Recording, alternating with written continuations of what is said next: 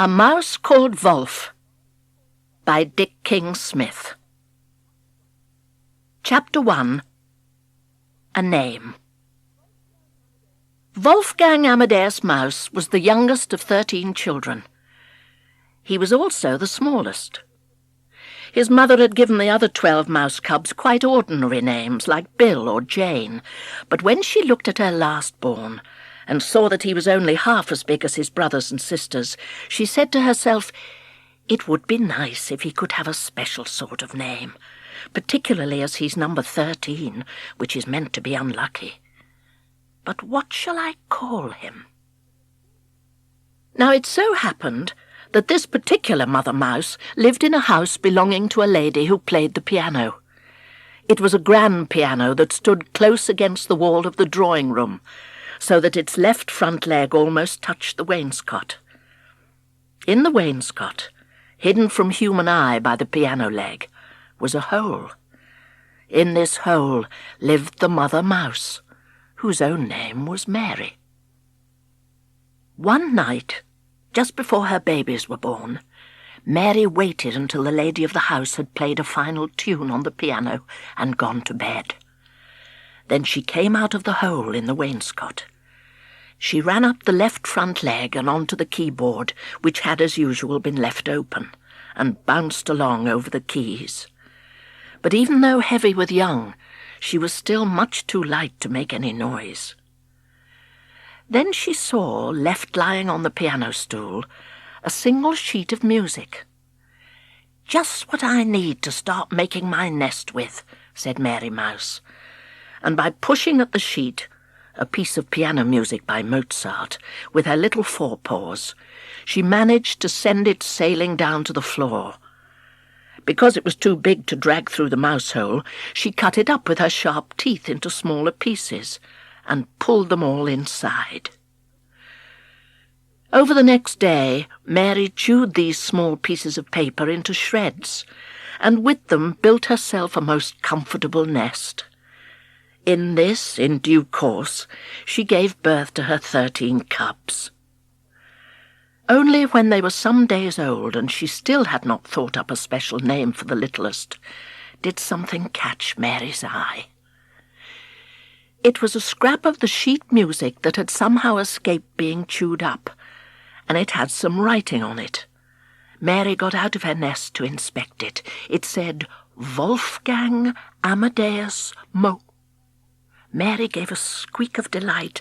"Oh, perfect!" she cried to all the blind and naked cubs, and then softly she whispered in the littlest one's ear, "This name was specially designed for you, dear. I feel it in my bones. Why, to be sure, the last 3 letters of the 3rd word are missing, but there's no doubt what they were. The smallest you may be, but these names will make you the greatest. Wolfgang Amadeus Mouse."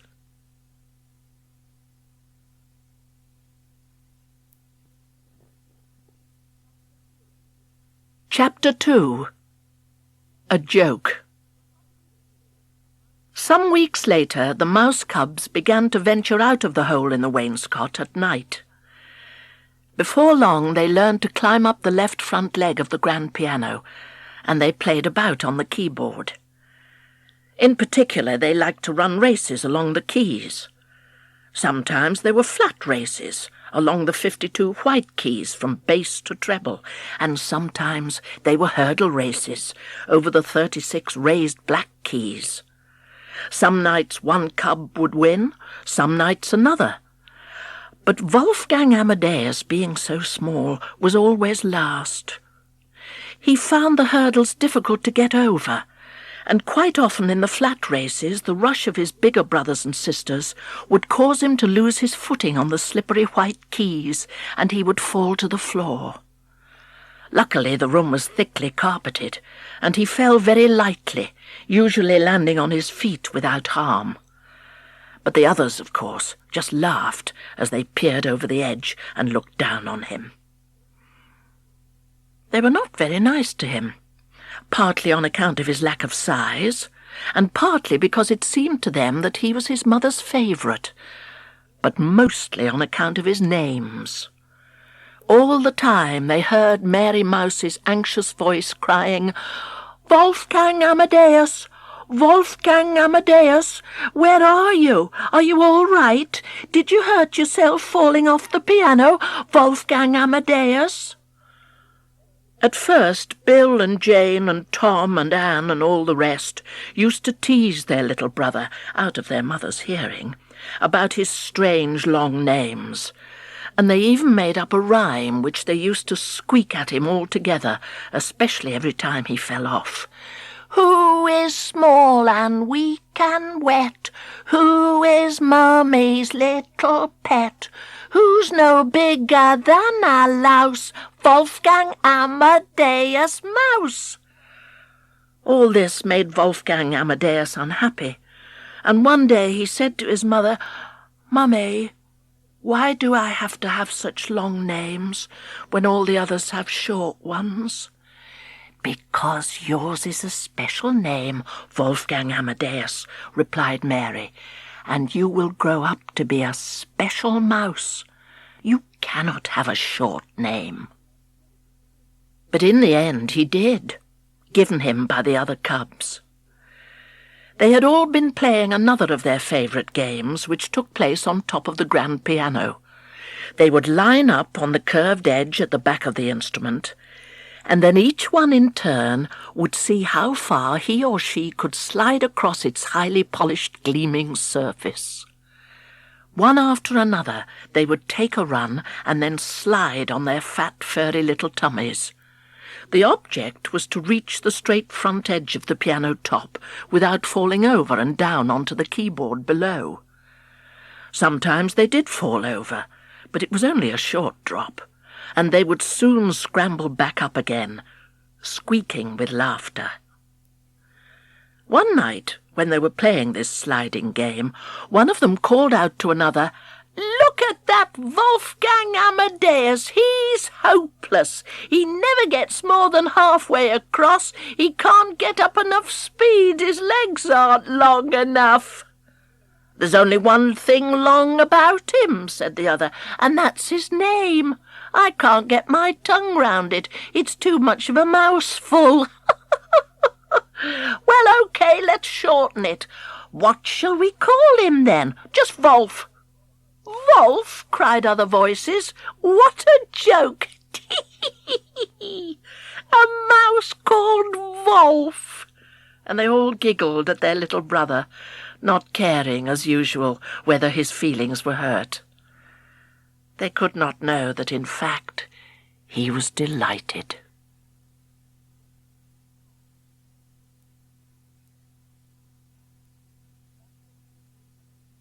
Chapter 3. A Song. He was even more delighted when his 12 brothers and sisters left home.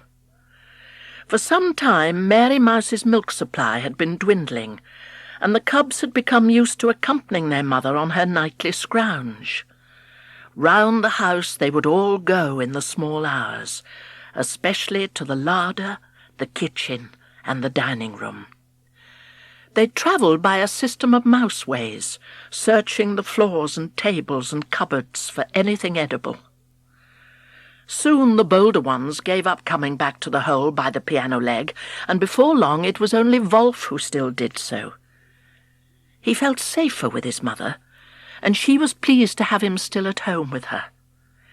He, in his turn, was pleased that because she had become used to hearing the others use his shortened name, she now did so too, only addressing him as Wolfgang Amadeus if she was angry with him, which was seldom.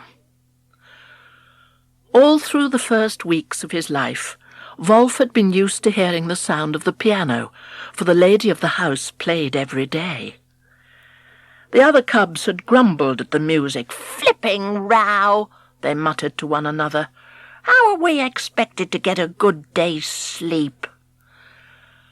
But Wolf grew to like the noise very much, and now, along with Mary, who slept through it, he began to listen carefully to the melodies. The lady usually played her piano twice each day, in the late morning and then again in the early evening. The evening recital was the one Wolf enjoyed the more, because by then he was rested and wakeful, and he took to sitting in the mouth of the hole by the piano leg and listening to the music above his head. When the playing had stopped, he could still, he found, hear a particular tune inside his head, and he would hum it to himself, in a kind of silent hum, as he followed his mother about on the night's foraging. "I wish mice could sing," he said to his mother, instead of just squeaking. "I'd love to be able to sing." Mary had not had a very successful scavenge, and she was tired and hungry. "Mice sing?" she cried. "Don't be such a stupid cub, Wolfgang Amadeus." "Now she's niggled with me," thought Wolf, and he said no more on the subject. But he couldn't stop thinking about it. Next day, in fact, he actually dreamed that he was singing. When he woke, it was early afternoon, a time, had he known it, when the lady of the house always had a little nap after her lunch.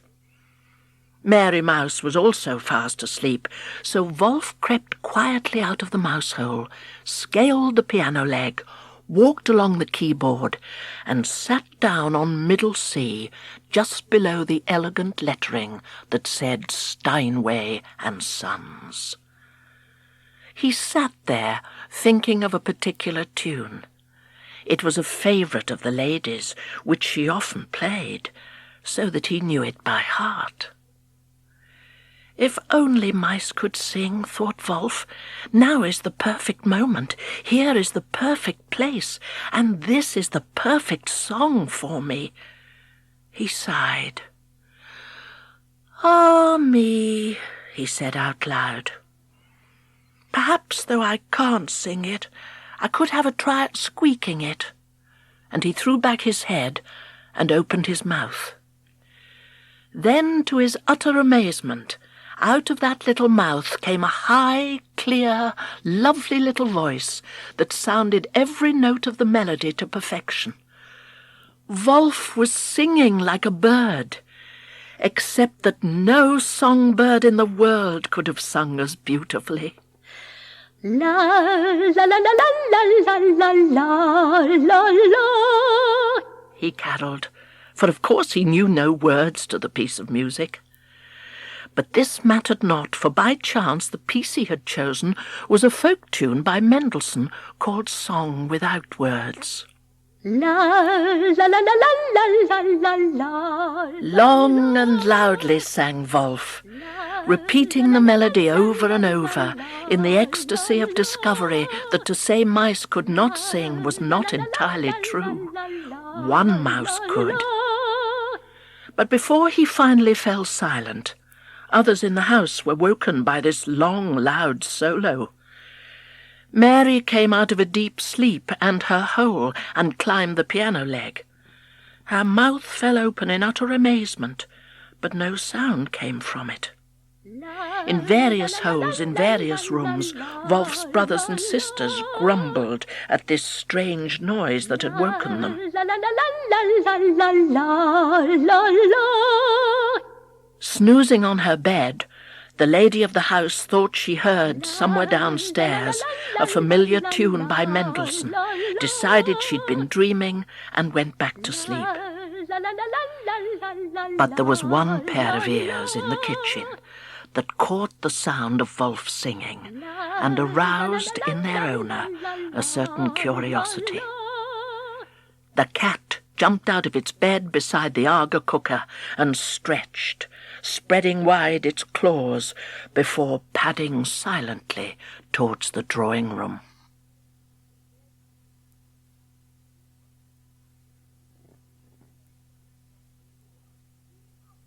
Chapter 4. A Trap. La la la la la la la la la la. Beautiful, Wolf, that was quite beautiful!" cried Mary as the song came to an end. "Oh, to think that I am the mother of the world's first singing mouse!" And she ran down the keyboard to nuzzle affectionately at her child. "You're a genius!" she cried. "Sing me something else, there's a good boy." "What would you like, Mummy?" asked Wolf, but she didn't answer. Instead, she suddenly crouched upon the keys, still as stone, her hair on end, her eyes bulging in obvious terror as she stared over the singer's shoulder. Looking quickly behind him, Wolf saw the cat come creeping across the carpet, head raised, yellow eyes staring up at the two mice on the piano. It gathered itself for a spring. To jump down to the floor, Wolf saw immediately would be suicide. The cat would catch one or both of them before they had time to reach the safety of their hole. "Quick, Mummy!" he cried. "Follow me!" And with a mighty effort he scrabbled his way up over Steinway and Sons and into the body of the grand piano, Mary hard on his heels. Whether in the network of taut wires that formed the piano strings, the mice might somehow have been able to escape the cat is doubtful. But anyway, fate now took a hand in the proceedings. The cat's leap took it up onto the right-hand edge of the piano, but its landing was an unfortunate one, for it hit the prop stick which held the top of the instrument open and dislodged it. Supported no longer, the heavy top began to fall, and instantly, with that lightning reaction that cats have, the attacker wheeled to jump back down again. But it was not quite quick enough.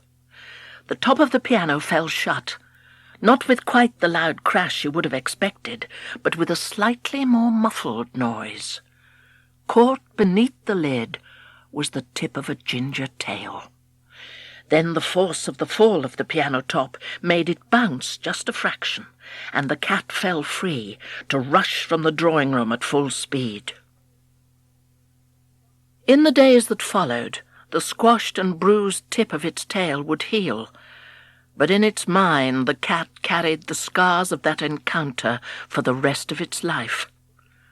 Far from realizing that what had happened was its own fault, it felt sure, then and forever, that it was the mice who had engineered the whole thing. It was the mice who woke me with their noise, the cat thought, who lured me into the room, who jumped inside the piano knowing that I would follow. It was the mice who somehow sprang that trap that caught my tail in its jaws. Little did Mary and Wolf realize at the time that from that moment on the cat would never again pose a threat to them.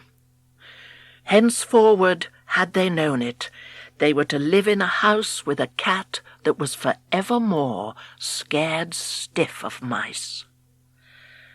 Now all they knew was that they were prisoners. Fearfully they explored the blackness of the inside of the closed piano, looking for some way out, but finding none. All the time, as they crisscrossed the tightly stretched strings, their feet made a discordant jingle of tiny sounds, a little tinkling sonata for two mice and piano.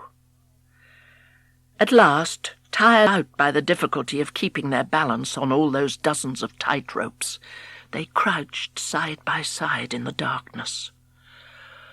"Oh, Wolfgang Amadeus," sighed Mary. "Not angry with me, are you, Mummy?" said Wolf. "No, dear, no. I only used your full name because I was thinking how splendid it would have sounded if you had become a famous singer, which now you never will." "Why not, Mummy?" asked Wolf. "Because we're fated to die here, on this cold bed of wires, you and I." "No, we aren't, Mummy," said Wolf. "The lady plays the piano every evening, and always with the top up. She'll come along soon and raise it, and then we can make a run for home." "Home," said Mary heavily. "Something tells me I shall never see it again. If the lady does lift the lid, which I doubt, it'll only be to put the cat in." "Cheer up, Mummy," said Wolf. "I'll sing you a song." He thought of a tune that the lady occasionally played in the evenings, as the light outside faded and the drawing-room grew gradually darker in the gathering dusk, and he sat up on his hunkers and began to sing this song. La la la la la la la la la la. Its name or the words of it he did not, of course, know, and could not have understood, but its gentle melody seemed to him about right for calming an over-anxious mother. So intent was he on his singing, and so lost in admiration was the listening Mary, that neither heard footsteps approaching the grand piano. Very slowly, very quietly, the lady of the house opened the top of her instrument to see within a mouse watching another smaller mouse. The smaller mouse was, to her utter amazement, singing in a high, pure, true voice the melody of an old ballad. There was not the shadow of a doubt about the tune. It was just a song at twilight.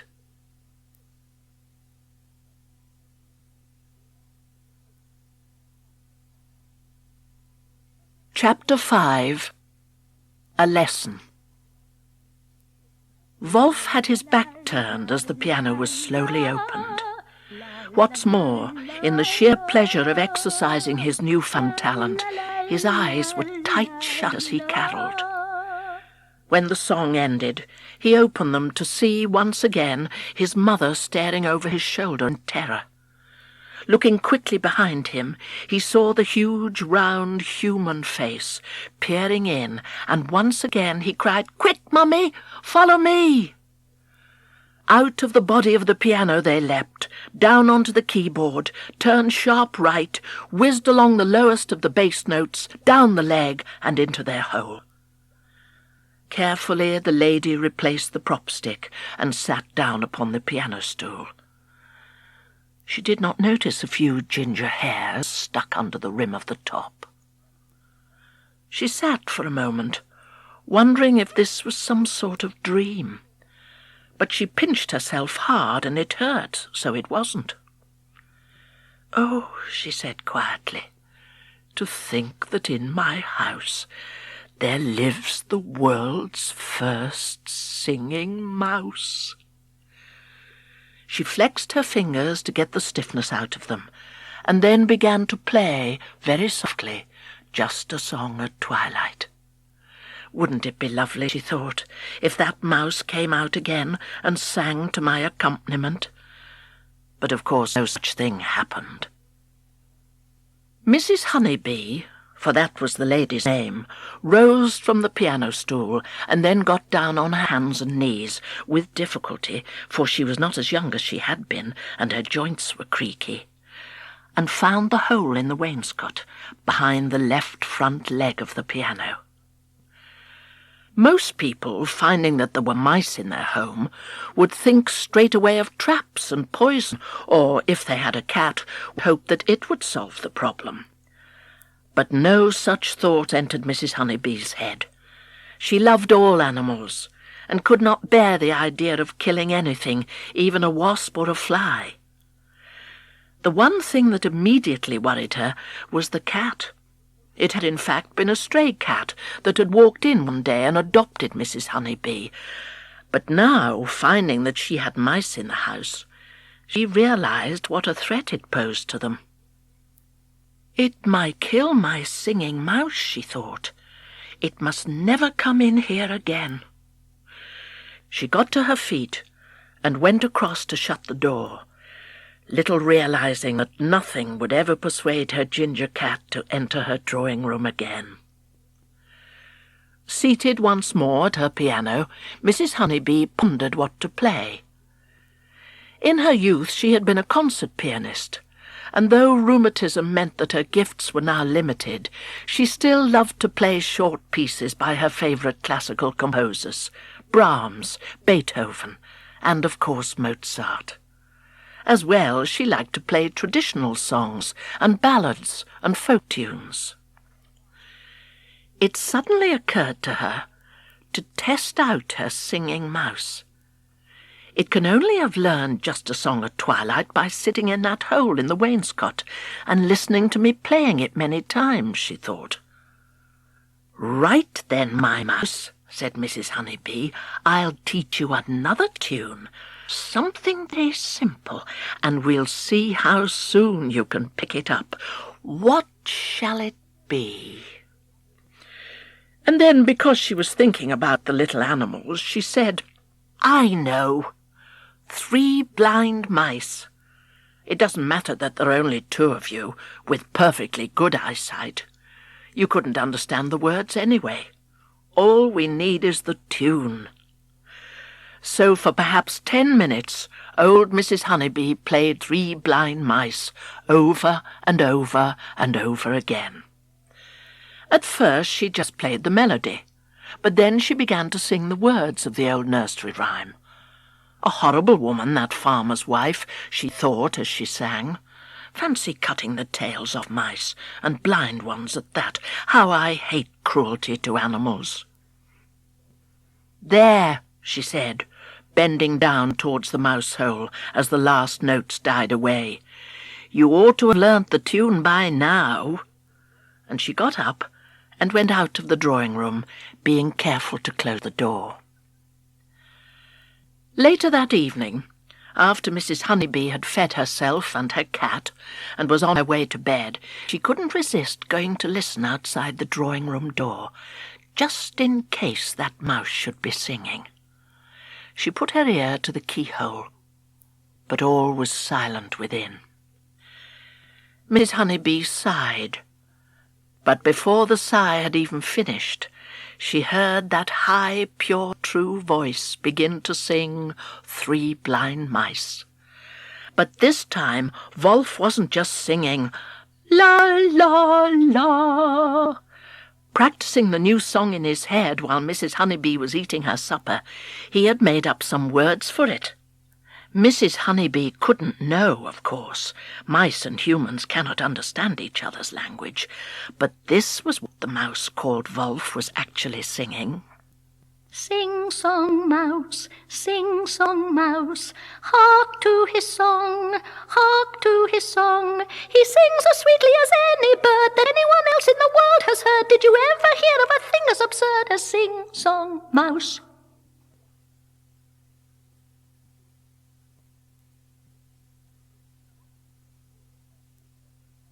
Chapter 6.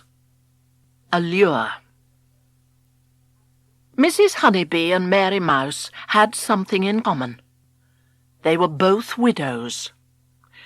Mr. Honeybee had died peacefully of heart failure some years ago, and the heart of Mary's mate had failed not at all peacefully when he had been unlucky enough to meet the cat the very day before its accident with the piano top. But in another way, Mrs. Honeybee and Mary were not at all alike. Mary didn't in the least miss her husband. Mrs. Honeybee missed hers very much. Mary had her favourite young child at home with her. Mrs. Honeybee's children were middle-aged and lived far away, so that she seldom saw her grandchildren.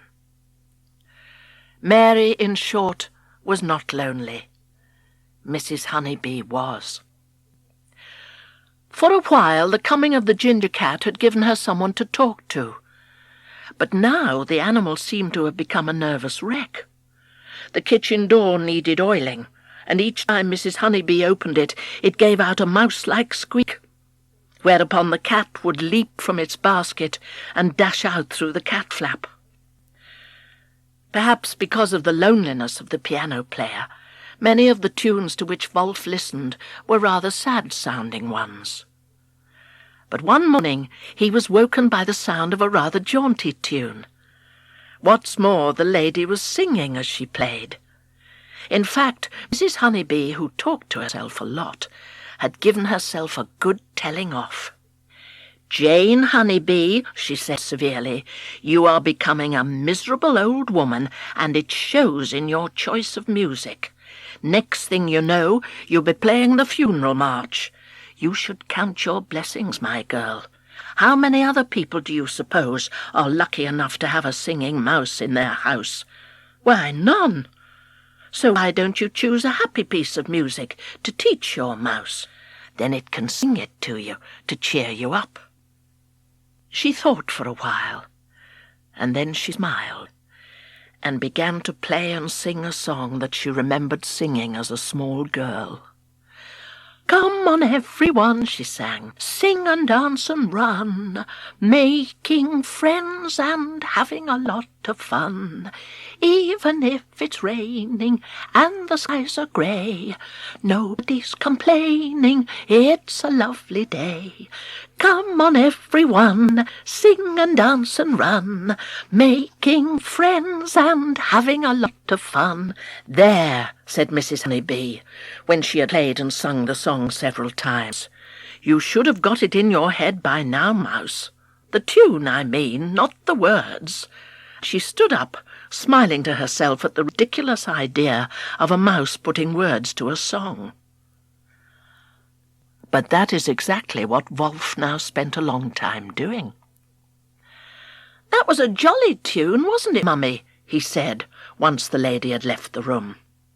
"She doesn't sing half as well as you do, dear," said Mary, "and of course I couldn't understand the words."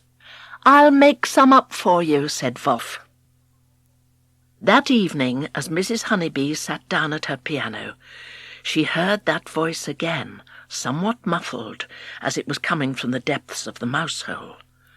Though of course she could not understand the words which Wolf had composed, and which he was now trying out on his mother. These were they: "Merry mice are we, Mummy Mouse and me. Hear me sing this jolly old melody. You may chance to see us, lady of the house, Wolfgang Amadeus and Mum, who's Mary Mouse. Merry mice are we, Mummy Mouse and me. Hear me sing this jolly melody." When Wolf had finished singing, he was startled by a sudden sharp noise. Peeping cautiously out of the hole, he saw the lady was sitting on the piano stool, clapping her hands together loudly. "Bravo, Mouse," said Mrs. Honeybee. "You sing twice as well as I do. If only you would come out of your hole and climb up here on the piano, then I could accompany you as you sang." "Silly old woman," she went on to herself, "accompanying a singing mouse. What a crazy idea! But then the idea of a mouse singing is crazy anyway, and this one does, beautifully. One thing's obvious. I must make friends with him. Or her. Him, I somehow think, and I've a feeling the other bigger one may be his mother. Now what's the best way to make a friend of a mouse? Why, food, of course. But what sort? Then Mrs. Honeybee remembered hearing somewhere that mice are especially fond of chocolate, as indeed she herself was. She got up and went across the drawing-room to a small table. On it stood a tin in which she kept sweets. From the tin she took out a packet of chocolate drops. From the packet she took out one drop, and then put the rest back in the tin and closed the lid. She went over to the grand piano, and to save bending, carefully dropped the one chocolate drop beside the caster of the piano's left front leg, outside the mouse-hole. Then she left the room, shutting the door behind her. Before she went to bed, Mrs. Honeybee just couldn't resist going back to the drawing-room. "They won't have eaten it yet, I don't suppose," she said. She switched on the light to see if the chocolate drop was still there. It wasn't. "Good boy," she said softly. "There's plenty more where that came from, if only you'll come and sing for me."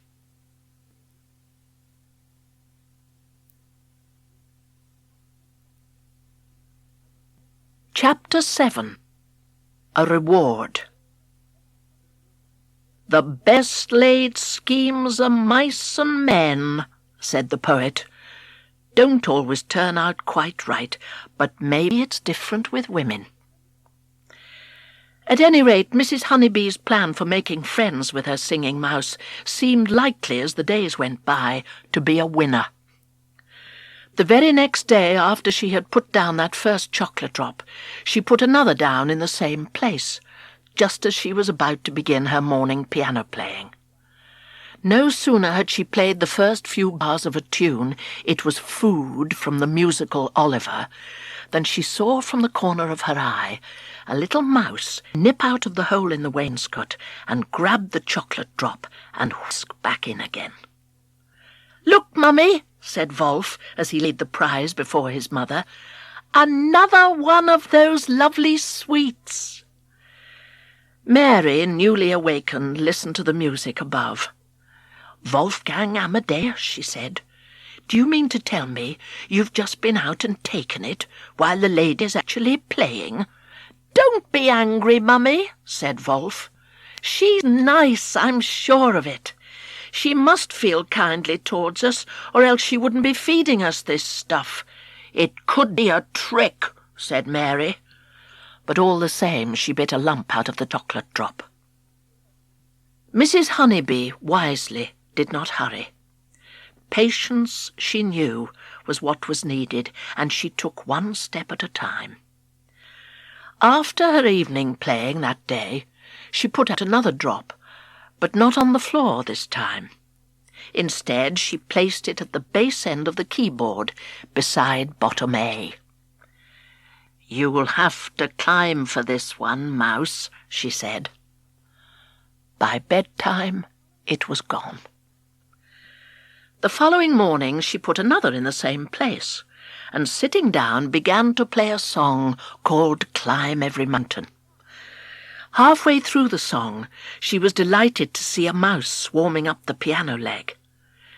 It sat beside the chocolate drop, watching her with bright eyes.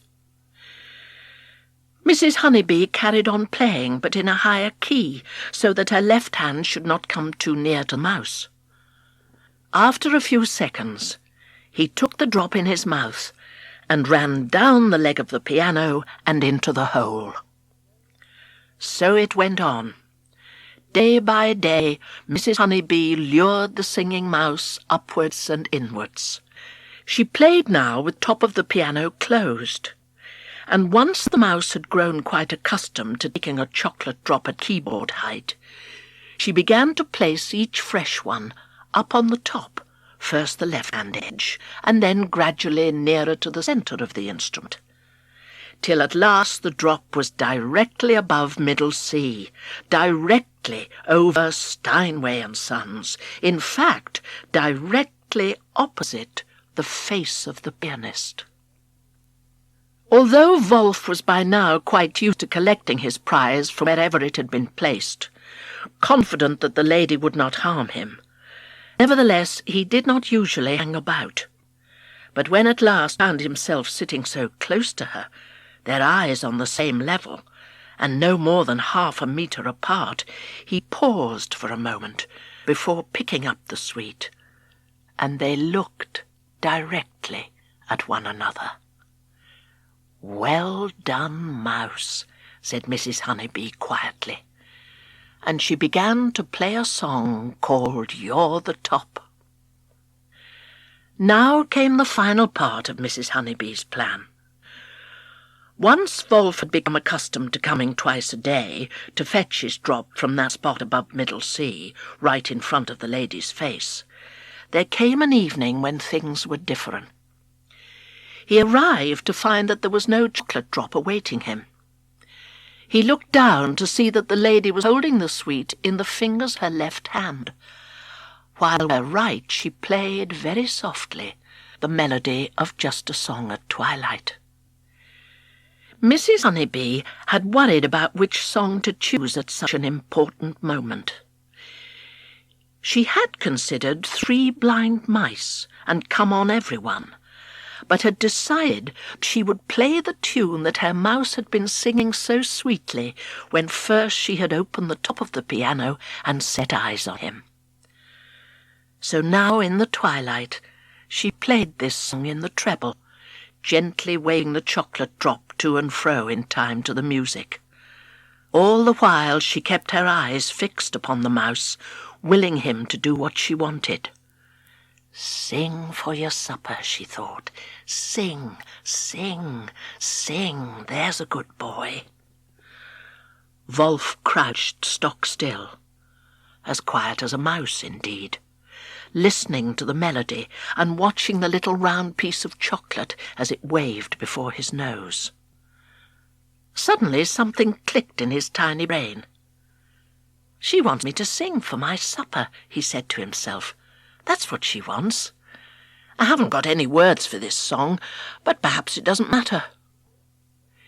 He waited till the melody ended, and then he sat up and straightened his whiskers with one paw, cleared his throat, and took a deep breath. Right on cue, Mrs. Honeybee began once more to play the tune with her right hand, as from the mouse's mouth there came again that high, pure, true voice. "La la la la la la," caroled Wolf to Mrs. Honeybee's delighted accompaniment. When the song had ended, the accompanist gently held out her left hand to the singer, who took his reward equally gently in his two front paws. Chapter 8. A Groan. "Did my ears deceive me," said Mary, when Wolf arrived home with his reward, "or were you singing at the same time as the lady was playing?" "Yes, I was, Mummy," said Wolf. "It was lovely." "How close to her were you?" "Very close. I took this chocolate drop from her hand." "You did what?" cried Mary. "You must be mad." "Look, Mummy," said Wolf. "Tomorrow when she comes to play, and I go up on the piano to sing, which I certainly intend to do, why don't you come with me?" "No fear," said Mary. "I don't know about no fear," said Wolf. "It seems to me that my mother is too scared. I'm not afraid, but you are." Mary's eyes flashed. "Wolfgang Amadeus," she said. "Are you calling me a coward?" "That remains to be seen," replied Wolf. And seen it was the following morning. To Mrs. Honeybee's surprise, not one but two mice appeared on the piano top. To be sure, the larger one seemed very wary, jumping nervously when the pianist raised her hands to play. But once the first bars of "Come on, Everyone" had rung out, and Little Mouse, could Miss Honeybee but have known it, was happily singing, "Merry mice are we, Mummy Mouse and me," the other one, the mother, Mrs. Honeybee felt quite sure now, calmed down and sat listening proudly to her son. Next, the pianist played Three Blind Mice, and the singer sang Sing Song Mouse. Mrs. Honeybee paused for Wolf to catch his breath. The day's first chocolate drop, Wolf noted, was waiting there on the piano top, but he did not take it. Not only did he want to sing some more, he wanted to learn a new song to impress his mother, and he stared beadily at Mrs. Honeybee, his eyes fixed upon her, willing her to do what he wanted. "Teach me a new song," he thought. "Teach me, teach me, teach me, there's a good woman." Suddenly something clicked in Mrs. Honeybee's large brain. "He wants to learn a new song," she thought, "to impress his mother, I dare say. Perhaps she could learn it too, now that she's here. That's an idea. They could sing duets in close harmony. Let's try a cradle song, and then they'll be able to lull each other to sleep." And she began to play, very quietly, the 6 in a measure rhythm of a Berceuse by Chopin.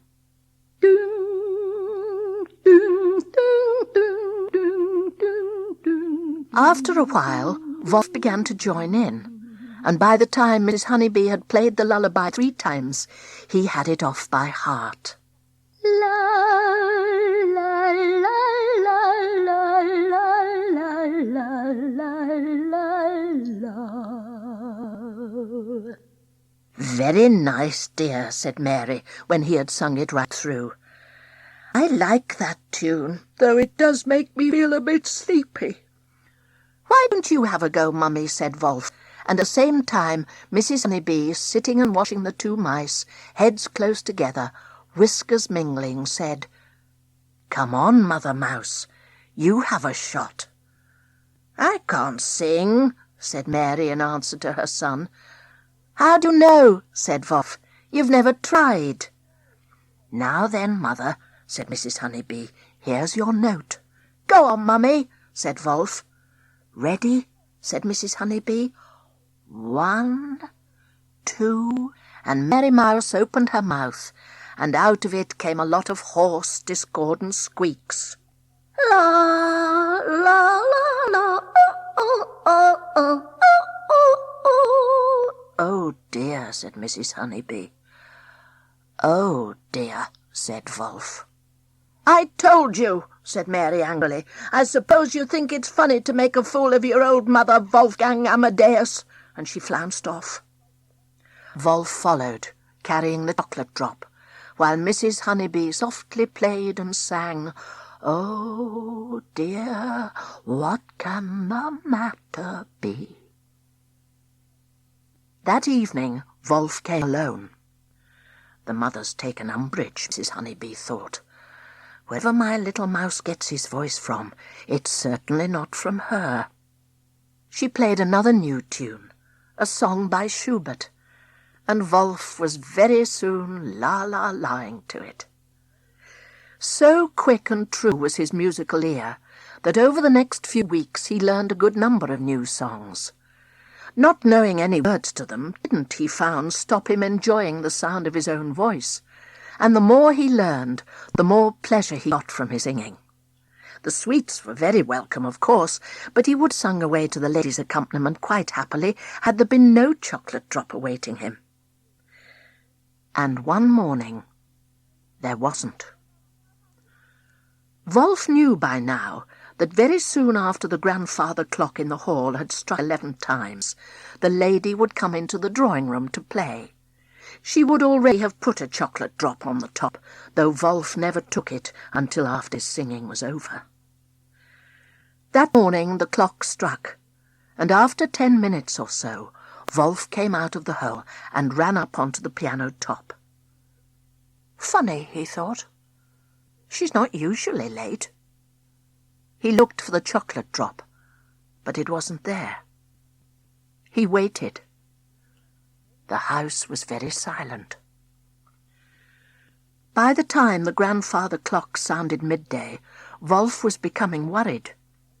His relationship with his accompanist had become very close. Sometimes he felt they could almost read each other's thoughts, and he now felt it was up to him to see if anything was the matter. "I won't tell Mummy," he said to himself. "She'll only forbid me to go."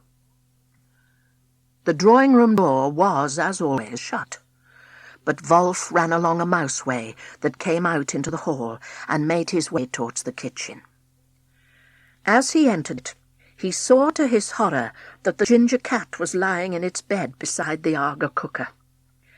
The cat's horror was, however, far greater. At sight of the mouse, it leapt out and disappeared through the cat flap at top speed. Wolf looked around the kitchen and then searched the other downstairs rooms, but of the lady there was no sign. Made bold by the flight of the cat, Wolf decided to go directly up the stairs. It was a long, steep climb, but he was young and fit, and he soon found himself on an upstairs landing where he had never been before. There were several doors at the sides of this landing, and from one of them, an open one, Wolf suddenly heard a groan.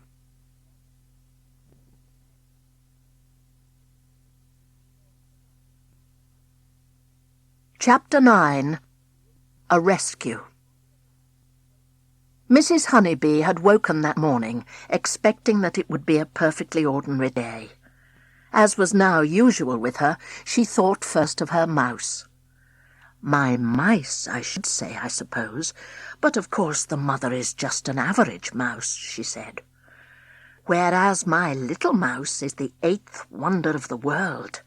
How beautifully he sings, and how well we communicate now. I teach, he learns, and so quickly too. What a pity it is that humans and animals can't communicate directly by speech. I could say, I'm Jane Honeybee, and he would reply, and I'm whatever it is. I really ought to give him a name. And I'd say, what song would you like me to teach you today? And he might say, oh, something jolly, because it's a lovely day.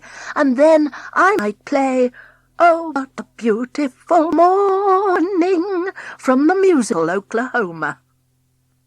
Mrs. Honeybee got out of bed and washed and dressed and went downstairs and made herself some breakfast and fed the cat. Later that morning, after she'd potted about the garden for a while, she was thinking about going to the drawing-room to put a chocolate drop out ready for the morning playing, when she remembered that she'd forgotten to make her bed. She stood at the open bedroom window for a moment, looking down into the sunlit street, and whistling, oh, what a beautiful morning. But then suddenly it wasn't. As Mrs. Honeybee turned away from the window, momentarily blinded by the glare of the sunlight, she tripped over a small footstool and fell. Because she was old and stiff, she fell awkwardly, and as she hit the ground, there was a nasty cracking sound and white-hot pain in one ankle. For a while she lay in a state of shock, but then she began to try to get to her feet, or rather to one foot. The other she realized she could not possibly put any weight on. But she was quite a heavy person, and her efforts were in vain. "Oh, dear, Jane Honeybee," she gasped as she lay on the floor of her bedroom. "What in the world's to become of you?" And half fainting because the pain was so sharp, she gave a groan. "Oh!" Wolf, running into the bedroom at the sound, was mystified. Why was the lady lying on the floor with her eyes closed? And that groan had been a most unhappy noise. I must try to cheer her up, he thought, and in the jolliest voice he could manage, he began to sing his version of the words to "Come on, everyone, sing and dance and run, making friends and having a lot of fun." Mrs. Honeybee opened her eyes. "Oh, Mouse," she said, "you certainly are a good pal. You must have been wondering where I'd got to, and you haven't had your morning chocolate drop, and I was going to teach you a new song, too. Oh, dear, oh, dear. If only you could understand me, I'd ask you to go downstairs and pick up the phone and dial 999, and when they say, 'Which service do you require?' you answer, 'Ambulance.' I need help, Mouse. I need help." Wolf, of course, could not understand a word of this, but some instinct told him that the lady was in trouble. I can't do anything, he thought. It needs another human being to come to her aid. And where are there other humans? Out in the street. He ran across the room, swarmed up the curtains and onto the window-sill. Mrs. Honeybee's house was in a quiet, tree-lined avenue, where there were not usually many people about. But at that very moment a man appeared, walking at a leisurely pace along the pavement towards the house. He was a tallish man, Wolf could see as he peered down, dressed in a dark blue uniform and wearing a helmet. His boots were big and black. No good squeaking at him, Wolf thought. I must sing as loud as I can to attract his attention. What shall I sing? Quickly he thought about some new songs he had learned. Mrs. Honeybee's taste in music was broad, and by chance she had recently taught Wolf an old Beatles song. At the top of his voice, Wolf began to sing, "Help! At the sound of that voice, so high, so pure, so true, the policeman stopped on his patrol and looked up towards the bedroom window. Not only was he the local community policeman, but he also sang in the police choir, and more, he was friends with old Mrs Honeybee, knowing her one-time reputation as concert pianist. Sometimes, as he passed along the avenue, he had heard her singing as she played, but this was not her voice. This was in a far higher register, the voice, indeed, of a coloratura soprano. The policeman squinted upwards, but he could see nothing, for Wolf was hidden from his gaze by the creeper with which the house was covered. He stood a moment, smiling, for the voice, whoever it belonged to, was a very lovely one. "Must be a recording she's playing," he thought as the song ended. He was about to walk on when he thought he heard a noise coming from the bedroom, a noise that sounded almost like a groan. "Hope the old lady's all right," he said to himself, and he went and knocked on the front door and rang the bell. No one came. He looked through the letter slit and could see that there were letters lying scattered on the hall floor. Then he saw that the milk bottles had not been taken in, but were standing by the steps. The policeman shouted up at the bedroom window.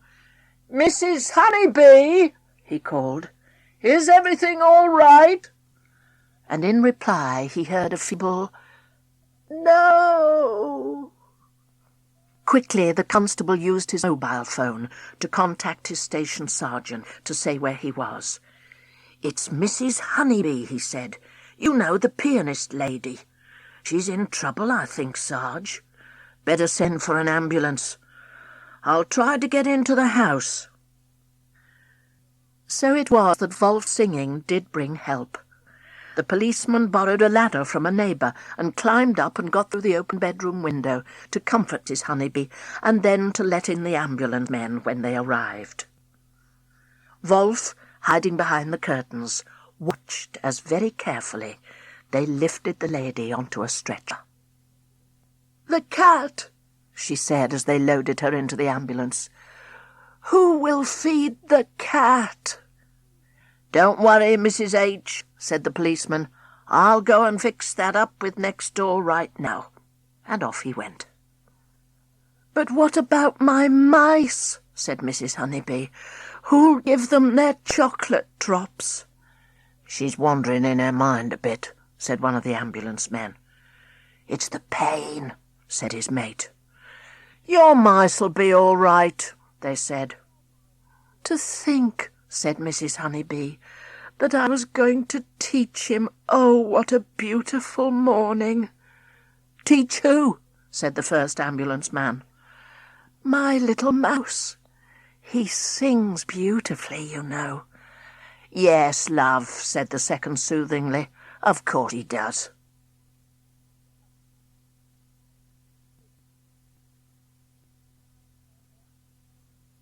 Chapter 10. A Composer. If Mrs Honeybee had been young, the hospital would have set her broken ankle and plastered or strapped it and sent her home in no time at all. As it was, the doctors decided to keep her in for a while because of the shock she had suffered, and because she did not quite seem to be in her right mind.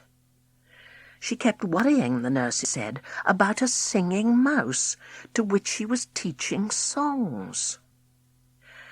So Wolf and Mary were alone in the house, apart from the cat, which they never now saw, and those brothers and sisters of Wolf that had not emigrated, who never came back to the drawing-room anyway.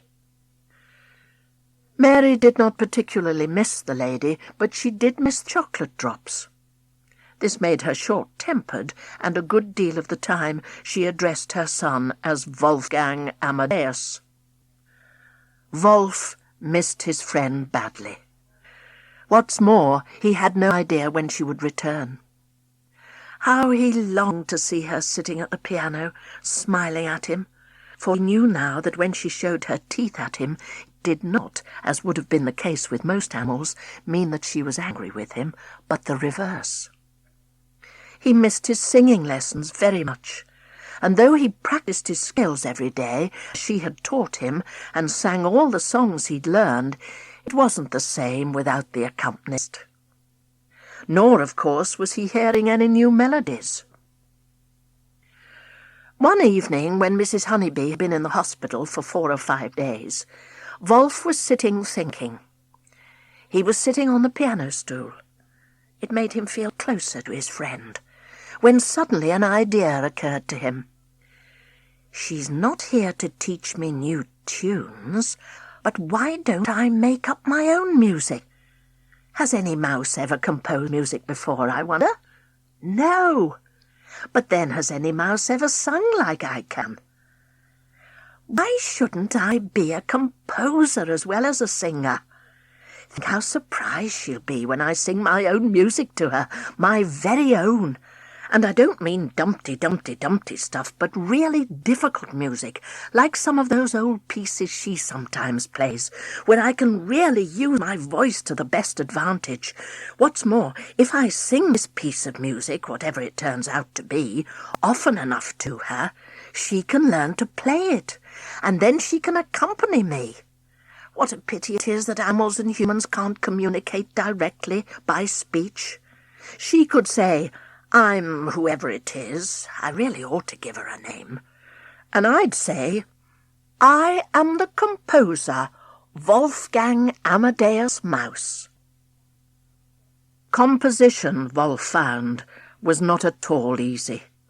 He spent many hours sitting on the piano top, warbling away without producing anything that satisfied him. He didn't bother about words. The melodies were what interested him. Then one day he hit upon a theme that he knew immediately would be the backbone of his piece. He was sitting not on the piano, but upstairs on the sill of the now closed window in the lady's bedroom. He looked out, and there, high up in the sky, were swallows, hawking for insects in the warm evening air, and a swooping, twisting, darting melody came into his head, ready-made. As he sang the first few bars of it, Wolf felt suddenly inspired, and the music poured out of his mouth as his voice swooped and twisted and darted like the birds. Somehow he seemed to know instinctively where this musical work of his would start, and the way it would continue, and how it would end. And when it had, he sang it over again and again, until he had every note firmly fixed in his head. Then he ran downstairs to find his mother. "Mummy," he cried, "what do you think? I'm a composer." "Composer?" said Mary Mouse crustily, for she was missing those chocolate drops. "What on earth does that mean, Wolfgang Amadeus?" "I have made up some music of my very own," said Wolf. "Shall I sing it to you?" "If you must," said Mary. Truth to tell, she had a very poor musical ear, and though she was proud of her son's talents, she derived little pleasure from most of the songs he sang.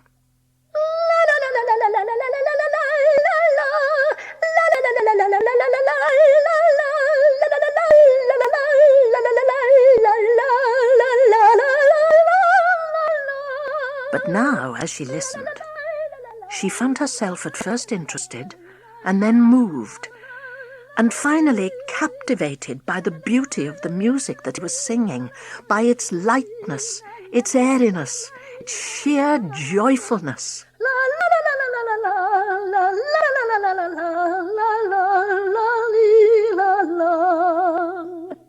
"Oh, Wolf, dear," she said when he had finished.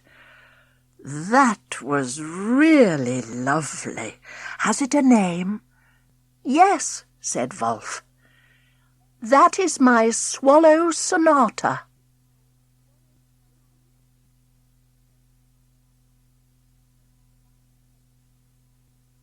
Chapter 11. A Recital. When Mrs. Honeybee did come home, she was on crutches, and the district nurse was with her. The first thing Mrs. Honeybee thought about was her mouse, but she didn't say anything to the nurse. She realised now that in hospital she had babbled on a bit about her singing mouse. They had probably thought she was senile. But now that she was back home, she knew that she wanted the matter kept secret.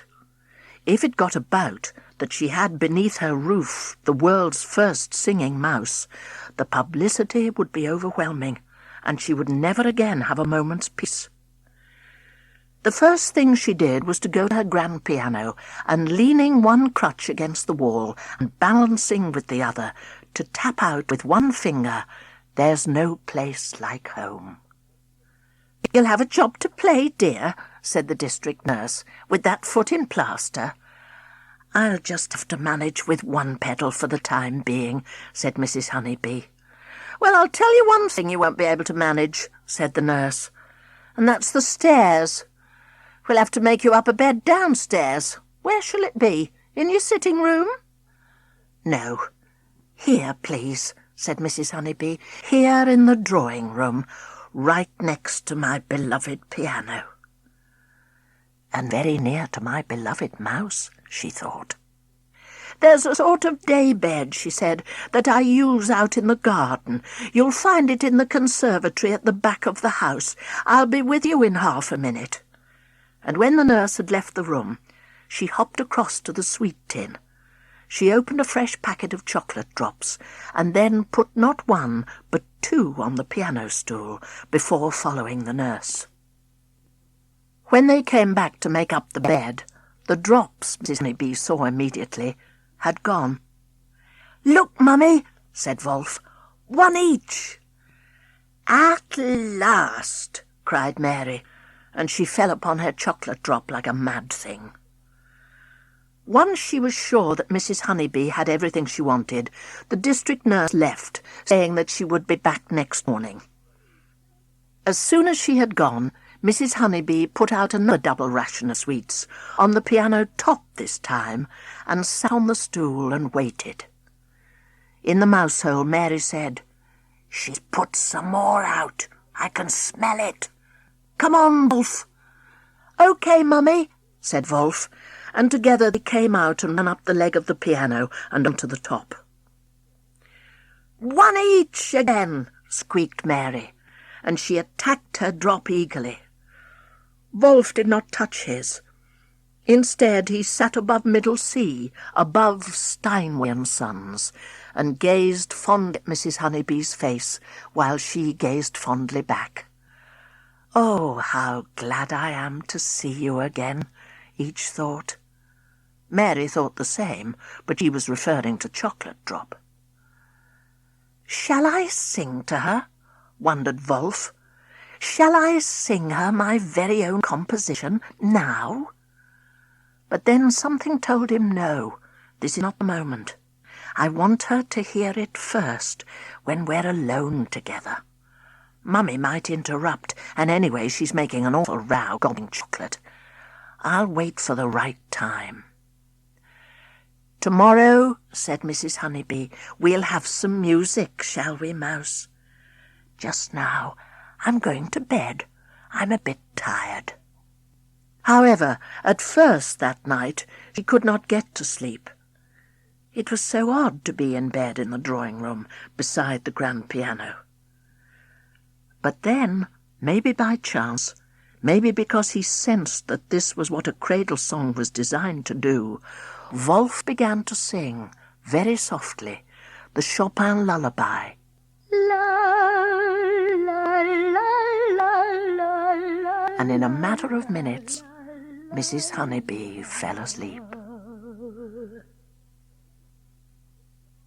In the days that followed, Wolf, sometimes accompanied, sometimes not, sang all the songs that he'd learned, including a new one, for the weather was still fine, and Mrs. Honeybee had at last taught him, "Oh, what a beautiful morning." But very often at night, when she was fast asleep in the drawing-room, Wolf ran upstairs to practice and perfect his own composition in her bedroom. Meanwhile, Mrs. Honeybee progressed from crutches to walking sticks, and from 2 walking sticks to 1, and then she went back to hospital to have the plaster removed and to be told that her ankle had mended beautifully. She came home walking without a stick at all, and that night she climbed the stairs to sleep in her own room. She had said good night to the mice, and had again given them a chocolate drop each. She hadn't the heart to go back to the old ration of one between the two of them. Mary didn't mind. She ate hers and what Wolf couldn't manage. Mrs. Honeybee lay in bed, remembering her fall and how painful it had been, and how the nice policeman had come clambering through the window.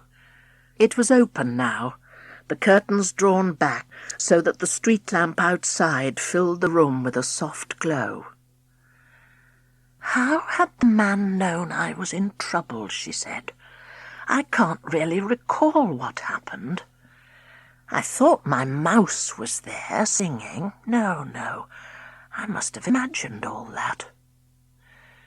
And then she heard a little rustling noise, which was Wolf scrambling up the curtains, and there he was, her singing mouse, sitting up on the window, still facing her.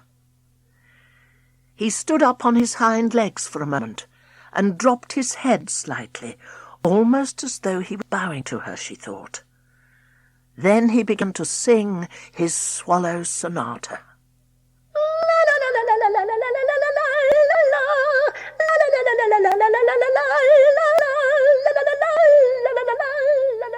Mrs. Honeybee lay spellbound.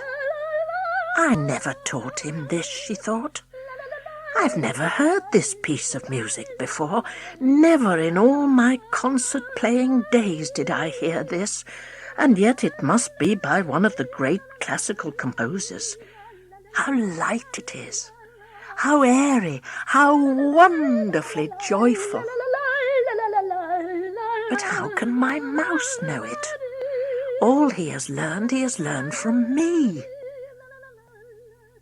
There can only be one explanation. He has composed it. It is his very own opus." Then, with a final reprise of its principal swooping, twisting, darting bird theme, the song ended, and Wolf sat silent on the sill. "Oh, Mouse!" cried Mrs. Honeybee, clapping her hands. "What a piece of work is this! You must teach it to me, Mouse. Tomorrow you must sing it through to me again and again, and I will somehow force my rheumatic old fingers to play all those lovely lilting notes. Why, Mozart could not have composed anything more entrancing, Mouse. Which gives me a sudden idea. A brilliant idea, though I say it myself, for a name to call you, instead of always saying Mouse. Mozart, you see, was not only the greatest of musicians, he was also the most precocious. He began to compose at a very early age, just like you, so why don't I call you by his names?" Wolf sat listening to the lady, without, of course, understanding a word of what she said. She was pleased, though, he felt sure. She approved of his swallow sonata, and he felt glad and proud. He saw her get out of bed and come across to the window and stretch out an arm towards him very slowly. Then with one finger, Mrs. Honeybee very gently stroked him on top of his sleek brown head. "Mozart's name," she said, "were Wolfgang Amadeus, so that is what I'm going to call you from now on. No, wait a bit. That's too much of a mouthful, I think. Why don't I just call you Wolf?" She smiled happily to herself. "You really are a ridiculous old woman, Jane Honeybee," she said. "Who but you would think of something so unlikely as a mouse called Wolf?" The end. Wolfgang Amadeus Mozart. If you've enjoyed reading about Wolfgang Amadeus Mouse, you might like to know a little more about the composer from whom he got his name, Wolfgang Amadeus Mozart. Mozart was born in Salzburg, Austria, in 1756. Like Wolf, whose wonderful voice emerged at a very early age, Mozart's musical talent was spotted while he was a small child. Mozart's father, who was also a musician, thought his son's ability was a divine gift. But he also wanted to show him off, so from the age of about 6 years old, Mozart was giving concerts all over Europe. Everybody wanted to hear him perform. As he grew up, he wrote lots and lots of marvellous music for everyone to enjoy, and his music was so popular that he could in fact be described as the 18th century equivalent of a pop star. Mozart died in 1791, but his music is still performed and listened to all over the world today. For a good example of the kind of thing Mrs Honeybee would have played, try listening to Mozart's Piano Sonata in C, Köchel 330. Another good piece to begin with would be Eine kleine Nacht music, a little night music. Our Wolf would have enjoyed humming that.